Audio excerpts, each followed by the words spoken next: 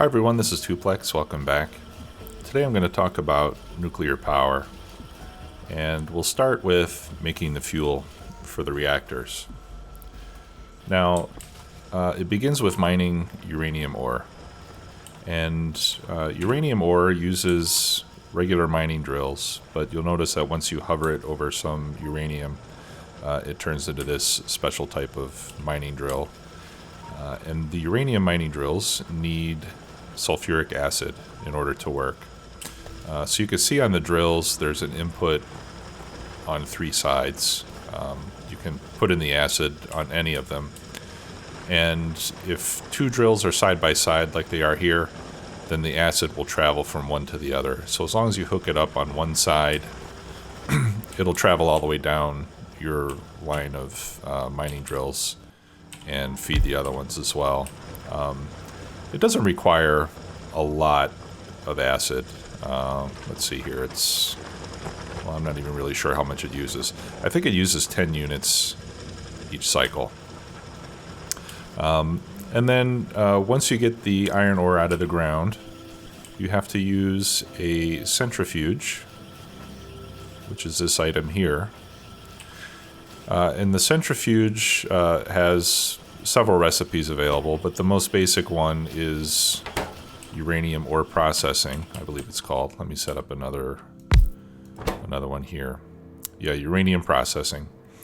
And what uranium processing does is it takes 10 pieces of ore and it converts it either into uranium-235, which is the bright green one, or uranium-238, which is the dark green. Now, you'll see here that you have a 0.7% chance of getting uranium-235. So that means that you need to mine, or you need to run about, over 100 cycles in order to get just one of them. And at 10 uranium each, that means you need about 1,000 pieces of uranium ore before you're going to get one piece of uranium-235. So obviously it's a rare resource, and because of that, it can take a while to mine up enough ore to get the fuel. So my recommendation is that if you're planning to use nuclear in your base, as soon as you get sulfuric acid production, start mining it and processing it so that after a while you'll have some uranium-235 built up that you can use for your fuel. Otherwise you might be waiting around for a while. When I first started this process up, I actually put speed modules in the drills. I still have speed modules in the centrifuges, although I don't really need all four at this point. And then once you have enough, you can create a fuel cell by combining 10 iron plates, one piece of uranium-235, and 19 pieces of uranium-238, and that'll give you 10 fuel cells. The fuel cells will run for 200 seconds each. So 10 of those will run for 2,000 seconds. It's about 13 1/3 minutes, if I'm not mistaken. So one piece of uranium will last you quite a while. And one thing that's different about nuclear power versus steam power is that it burns the fuel whether you're using the electricity or not. The fuel is used to heat up the reactor. And even if you're not making steam, the reactor is still going to get hot. So once you put that fuel in, it's going to get completely consumed no matter how much electricity you're using. And we'll get into that a little bit later. Now, once you get into the higher tech levels, there's a research called Kovarex enrichment that you can get. As you can see, that's 1,500 science packs. It's fairly expensive, but it gives you a very nice technology that also runs in the centrifuge. And what this one does is it takes 40 pieces of 235 plus 5 pieces of 238, and it gives you back 41 235s and 2 238s. So in effect, you're taking 3 uranium-238s and converting it into 1 uranium-235. So once you have at least 40 pieces of 235 so that you can run the cycles, this gives you, you know, basically as much uranium-235 as you want. There's a couple ways you can set this up. The simplest way would be to do something like this. Let's see if we put a chest there. Let me get some filter inserters. Because this does output 2 items, we'll want to keep these separate. But if you set this to the 238 and this one to the 235, let me get a power pole over here, for example. And then you can have another inserter here putting the 238 back in. Let me go ahead and grab this, grab a stack of that. All right, and if we put all those in there, then it'll go to work. And then once this finishes the cycle, it's a fairly long cycle, as you can see. That's why I put speed modules in there. I don't think I have any beacons, otherwise I'd try to speed it up more. But in any case, when this finishes, the 235 will come out this side, and then this inserter will pick it up and put it back in there. And then, you know, you could have another inserter down here to pick up whatever goes by. But it'll be a while before anything goes by, because as you probably know, normally the machines in Factorio will try to load enough items to run 2 cycles. All right, so let's watch what happens. All right, so it picks it up and it puts it all back in here. In this case, it puts all 41 back in. So now there's 18 extra instead of 17 like there were before. And this will keep running like that until there are 80 in here. And after that, anything more than 80 will stay on the belt. But you might not want to wait that long. So there's something else that you can do to better control this, using a couple of chests. And actually, let me get another chest. And a little bit of circuit logic. What you can do, let me put another power pole. Well, actually, let's put that power pole over here. All right, so what you can do in this case is I'm going to place another inserter here in a moment. Oops. Sorry. All right, so normally with our stack size bonus, normally the inserters will take out stacks of 3. So what I'm going to do is I'm going to put these into this box. I'm going to put another inserter right here. So this will start moving this material into this box in groups of 3. And then what we'll do is we're going to set this inserter, we can override the stack size to 1. So that way it'll put them back in the machine one at a time. And then we can set this inserter to turn on only when the quantity in the box is equal to 1.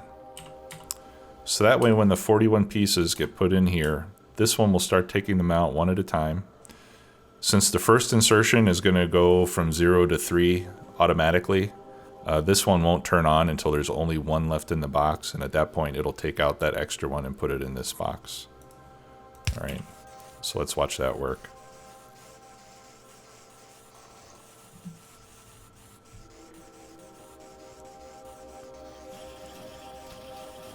All right, now that already started working because I had extra ones in there. But you'll see the last one gets placed in this chest, which is where this other stuff should have been. Right, so that way you can control it to make sure that you only insert 40, and that way all the extras that you have will immediately be available to make fuel cells. Okay, so that's a real simple way. So again, filter inserter here. You know, in this case, you would probably want to have a belt of the 235 coming over here. Let me see.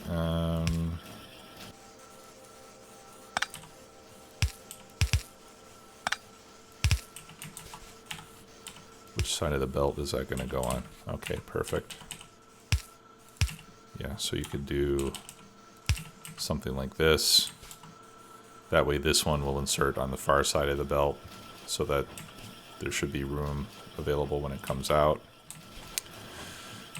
And that way it'll have the 238 available to put back in. Okay, so this would be kind of a simple way that you could set this up. And obviously you could set up more than just one machine doing the enrichment, but since one fuel cell or one piece of uranium will last you for 2,000 seconds, you know, with one reactor, until you get lots of reactors set up, you really don't need any more than one. This will keep up.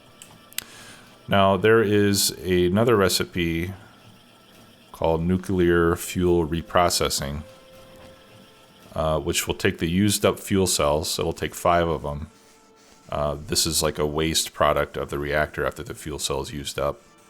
You can take 5 of those and you can make 3 of the uranium 238s from that. So if you include that here in the equation, what'll happen is you'll eventually find that you're using a ratio of 1 uranium 235 to 13 uranium 238s. So I found it useful to keep an eye on the inventory of all those things so that if you get to the point where you have less than a 13-to-1 ratio of uranium 238 available, you might want to stop doing the enrichment process because at that point you'll have too much uranium 235 and you won't be able to use it all because you won't have enough 238 to go along with it. And you can set that up with circuit conditions if you wanted to do that. Okay. So in any case, once you have the uranium available, you can start making fuel cells. Right, and again, those take iron plates, uranium 235 and uranium 238. Pardon me. So let me go ahead and grab another stack, and I'll grab all the extras that we have there in that box. We'll put those in there. I'm just going to feed this manually. Obviously, to automate this, you would want to use some bots or something. And on this process, I would recommend using productivity modules. I didn't bring any with me, but you can get productivity bonus on the fuel cells. So if you put in 4 production 3 modules at 10% each, you're going to be netting 14 fuel cells for every piece of uranium. So like I said, once you get Kovarex enrichment running, you're recycling the spent cells, and you've got productivity modules in here. I mean, you're going to be making, as long as you keep the uranium ore coming in, you're just going to be making tons and tons of uranium. So it takes a while to get it started, but once you get it started, you know, your supply is nearly limitless. Okay, so that's it on the fuel. So I'm going to go ahead and grab those fuel cells. Now let's go get close to some water, and then we'll talk about the nuclear power itself. And I'll set up over here. All right, so to actually generate the power, you need 3 different components. You need the reactor itself. So I'm going to go ahead and plop down a reactor there. Okay, if you hover over the reactor, you see a... Actually, let me put in a fuel cell just so that this starts warming up. I just right-clicked to put in 1 fuel cell, and it was immediately used up. Okay, and then you see the countdown. If I hover over it, if you look at the temperature, you can see the temperature start to rise. A cold reactor actually uses more than 1 fuel cell just to get up to temperature. We have to get up to 500 degrees C before it will be hot enough to generate any power. All right, so it takes a couple minutes for that to happen. Actually, 3 minutes and 20 seconds for the first fuel cell. although it does heat up a little bit faster if there's nothing connected to it. But in any case, the reactor itself is only a heat generation device. Okay, it only creates heat. It doesn't do anything with the water. What we need to heat up the water is a heat exchanger, like this one. And this is very similar to the ones that we've used to make steam power. Water goes in there, steam comes out, and then you have these special steam turbines, which are similar to the steam engines that we use for steam power.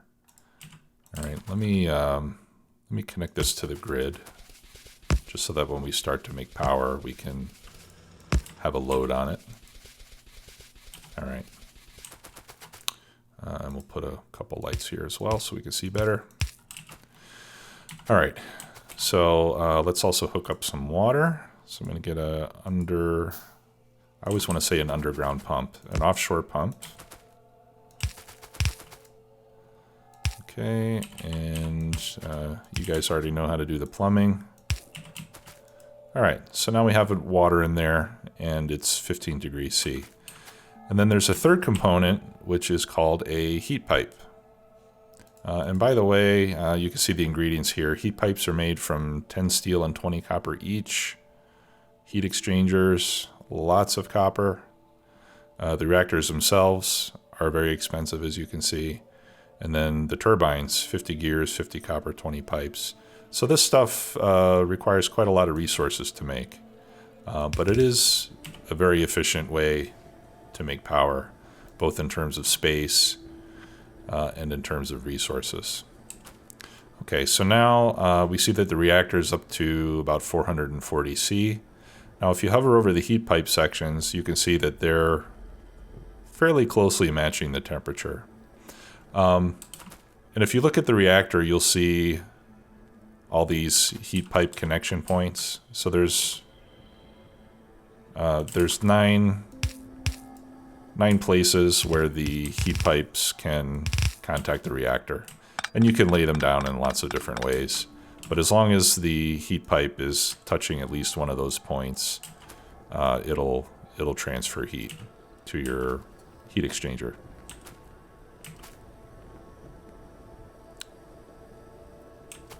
Okay, we've run out of fuel. So let's put in another one. And here you can see that we have the used up uranium fuel cell. Okay, and once I hooked up the heat pipe and the fuel cell ran out, the temperature started to drop. The game actually models the heat transfer between all these items. So when you start heating up a heat exchanger, when you add more heat pipes, it will pull heat out of the reactor. The reactor itself stores quite a bit of heat. But in any case, we need to wait for this to get back up to 500 C, and then for that heat to get through the pipe. Again, this heat pipe is fairly short, so the temperature on it is fairly close to what is in the reactor. But the longer you make these heat pipes, the farther away you put things, it will affect the transmission of heat. And if you get far enough, you can have a temperature, a reactor at its highest temperature, which is 1000 C. And let me put a couple more in there. And if your heat pipe is long enough, the end of the heat pipe might not get up to 500 degrees C. And it has to be at 500 before it'll start to generate power. Okay, so we're almost there. All right, now that we've hit 500, you can see that we're starting to make steam. That should go into the turbine. And nothing's happening because I have a ton of solar panels. So let me disconnect the solar so that we can see that reactor working.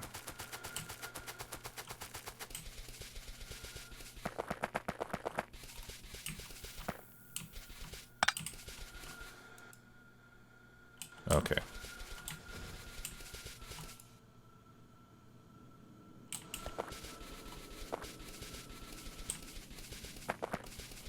That looks good. All right. No, that's still hooked up to solar. I think I have another power line somewhere. Yeah, over here.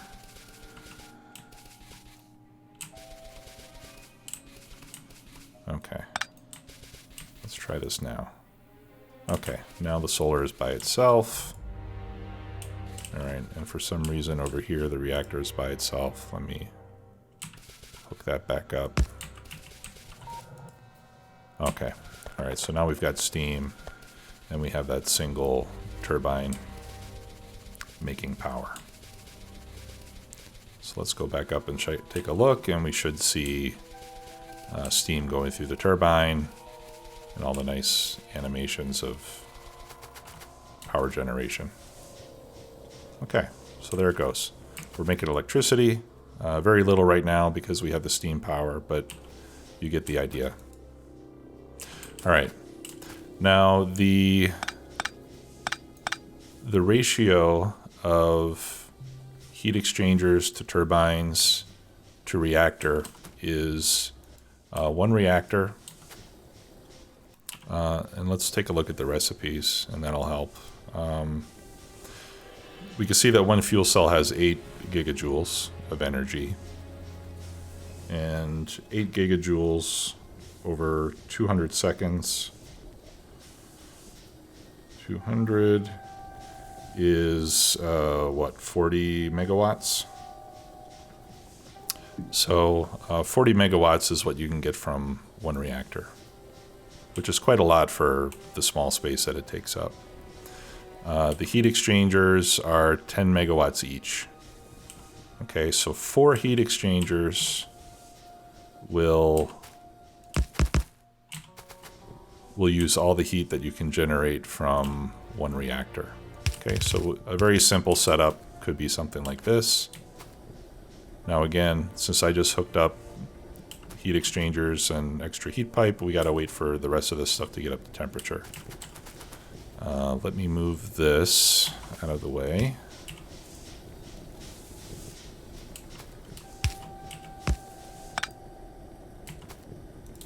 Okay, there we go. All right, and then 7 turbines. So actually, one way to connect this, and there are lots of different ways to configure this thing, but this would be a fairly simple way. 1, 2, 3, 4, 5, 6. I think that's 7. 6, 7. Yep, that's 7. And then just like with the steam turbines, they need to all be connected to power, right? So we could do something like that. There. Okay, so this is enough to get 40 megawatts of power, which, like I said, is pretty impressive for how little space it takes up, and how little work it takes to set up something. You get an awful lot of power, and that's why the components of this system are so expensive to make, and the fuel is so expensive and time-consuming to make, because you're getting a lot of power from the system. So there has to be some balance. Okay, so let's talk a little bit about the neighbor bonus. If you look at the tooltip when you hover over the reactor, right now you see a neighbor bonus of 0%. If I add another reactor next to it, you'll see still a neighbor bonus of 0% on this one, and you'll see a neighbor bonus of 100% on this one. The reason is that the reactors both have to be fueled in order for the neighbor bonus to be active. Okay, so now you can see we have neighbor bonus 100% on both of these. So basically what that's trying to simulate is that when you have 2 reactors next to each other, their proximity improves their efficiency or whatever, so you get a bonus from that adjacency. So in this case, if you put down 2 reactors, since each one has a 100% bonus, you're effectively getting the heat generation of 4 reactors. So by adding a second reactor, you can put in now 16 heat exchangers and 28 steam turbines, and that'll give you 160 megawatts just by adding one more reactor. You'll double your fuel consumption, of course, because now you're going to burn 2 fuel cells every 200 seconds, but you get 4 times as much power. And it gets even better. If you put down another one here and power it, now you can see that this reactor has a bonus of 200 because it's adjacent to 2. Now the adjacency only works if they are directly to the side or directly above or below the other one. You know, they can't be offset like this or diagonal. The neighbor bonus only works for directly horizontal or directly vertical. Okay. And in fact, if you put a third reactor down here, you'll see that this one in the center also has 200. And if I had more reactors, I could put one right here, for example. As a matter of fact, let's do that just so I can show you. All right, so in this case, now this one in the center has a 300% bonus. So, you know, you might think, we'll put another one on this side too. You could do that, and you would get a 400% bonus on this one in the center. But the problem then is that you would have to insert the fuel manually because there's no way to get an inserter to it if it's completely surrounded. Okay. So what you'll find is that in most cases, you know, if you look at best practice setups, in most cases they are in columns of 2, and those columns can extend down. Okay, so if you have 4 reactors, this is the most efficient arrangement. You get a 200% bonus on each. So this is in effect the equivalent of 12 reactors, 48 heat exchangers. The numbers might be slightly different because there's that 1 to 4 to 7 ratio has some rounding in it. But with 4 reactors, you know, 50 some heat exchangers and, you know, many, many turbines, you can make, I think it's 1.2 gigawatts. I could be mistaken, but anyway. That's how that works. Another interesting thing about the steam, or about the nuclear power, let me grab some iron here real quick. Because you use the fuel, whether you need the energy or not, there is a way that you can reduce your fuel consumption when you don't need the electricity. Let me just grab some iron so I can make some storage tanks. And the trick is that you can put steam into a fluid storage tank. Where did they go? Here we are. Okay. So going back to our single reactor example. Down here at the end of this line of engines, I could put some tanks. And you'll see that they're starting to collect steam. Because right now, I'm only using a small portion of my total capacity. But this is still generating as much heat as it can. You can see it's almost at 1,000 degrees. Right, so all that extra heat can be used to produce excess steam, which is now going into my storage tanks. And what you can do is if you wire your steam storage up to a circuit network.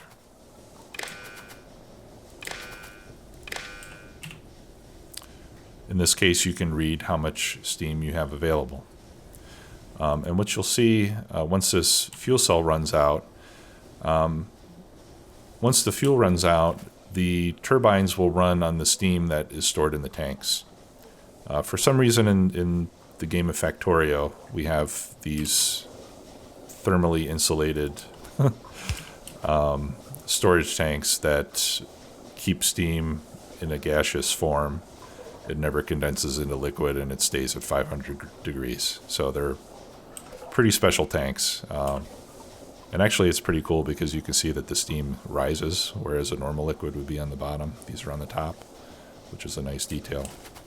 So these hold 25,000 units of steam each. All right, so we can see it start to collect there. And let's wait for this fuel to run out. And then in the meantime, what you can do is you can set up a control circuit. So let me wire up a couple of inserters, and I'll show you how this works. So this inserter would be putting fuel in, and this inserter would be taking fuel out. So basically what you want to do is you want to set up a circuit so that fuel will only be inserted into the reactor when the quantity of steam that you have stored drops to a certain level. Right, so for this example, we can store 100,000 units of steam. So let's say that when our steam drops below 50,000, we're going to put more fuel in the reactor. Okay, and then this one on the output would be for spent fuel cells.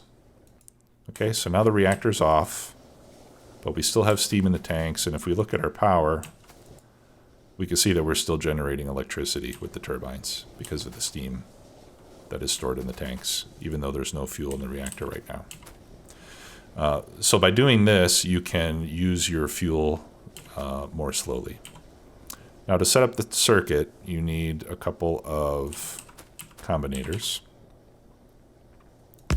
So I'll set those up here. And actually, what I'm going to do is I'm going to put that spent fuel cell back in there to simulate that it's just run out of fuel. Actually, let me hang on to it. I'll show you that in a second. Okay. So the first thing we need to do is hook up the steam signal to this inserter. Okay, so we're going to tell this inserter, no, I'm sorry, I did that incorrectly. I don't want it to go to the inserter. Pardon me. I want it to go to this decider combinator. Okay. So I'm going to tell this decider combinator that when steam is less than 50, let's say 25,000. When it's less than 25,000, I want a green signal. How much do I have? All right, I still have quite a lot. Let's make it 50,000, and we might have to wait a while. Okay. And then this one, I want to watch for when we take out an empty fuel cell. Because when we take out an empty fuel cell, that means that the previous fuel cell was just used, and now it's ready to receive another one. Okay? So what we'll do is we'll set this inserter to read hand contents, and we'll set mode of operation to none, and we'll put hand read mode to hold. So what'll happen is that when this picks up an empty fuel cell, it'll send a signal to this decider combinator that says one empty fuel cell is in my hand right now. Okay? So then we'll tell this one that when an empty fuel cell is greater than 0, I'm going to output a green signal with a value of 1.